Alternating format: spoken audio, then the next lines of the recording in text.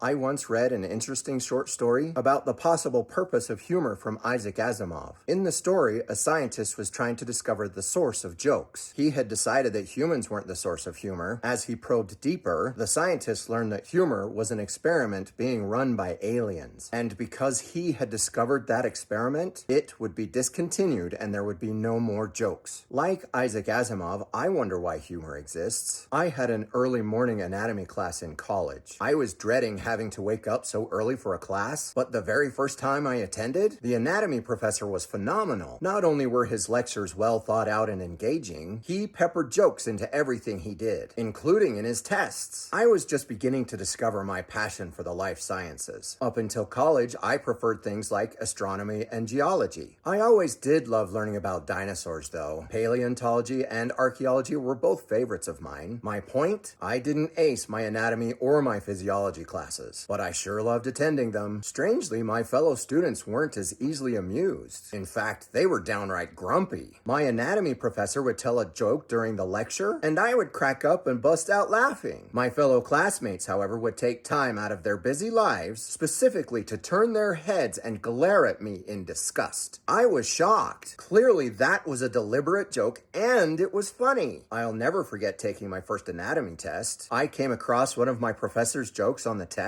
I lost it. And I'm sorry, laughing makes noise. Oh, for shame. The glares. Wow. The glares made it even funnier. I laughed more. They glared more. I laughed even more. I never experienced that before during a college test. As funny as my anatomy professor was, he was notorious for asking the worst essay questions. I had made it to the end of the test, and there it was. Some super nightmare essay question. My brains were already mushy. My anatomy professor wanted us to have a working knowledge of the anatomical terms and medical jargon, and I hadn't really poured my soul into it yet. I read the question at least 5 times, but each time I was completely lost about halfway through the question. I looked at the clock. I had plenty of time. I composed the craziest, silliest answer I could think of. It involved aliens and time travel and who knows what else. When I got my test back, my professor left a comment. It said, "That was the best answer I've ever read. You don't get any points for it, but that was funny." It was worth it. I get bored easily and I don't like crowds. I love people, I just don't enjoy crowd situations. If I can't avoid it, then I tolerate it as best as I can, but I usually get bored and my mind starts to wander. I attended a very serious religious meeting, a very large group gathering because the speaker was really popular. I found his presentation style to be overly dramatic. Everyone else was just enthralled by every word he spoke. I tried to pay attention, but I was slowly slipping into boredom.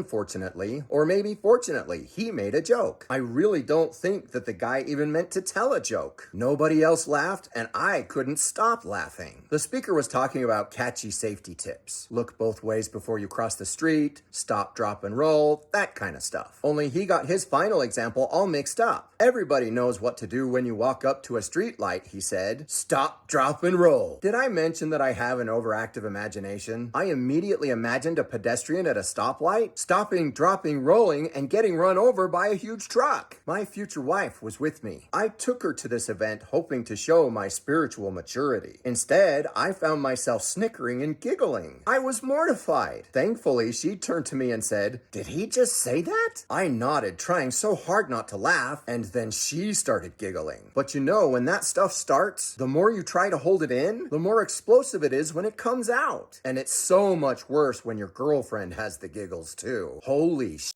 Pickles? People were glaring at us. It was like I was back in my anatomy class all over again. The more everybody else glared, the funnier it got. My wife and I still laugh about that experience. What could have been a deal-breaking moment during a deeply spiritual religious dating experience turned into a signature moment for our relationship. I'm sure that we weren't the only folks in that large gathering to find that moment so ironically enjoyable, but people get what they get out of life. Sometimes I get stared at, sometimes I get glared at. Either way doesn't bother me. If other folks don't enjoy what I do, it doesn't mean that I can't enjoy it. And whether they intend to or not, sometimes people getting their noses bent out of shape because I'm enjoying life just adds to the joy.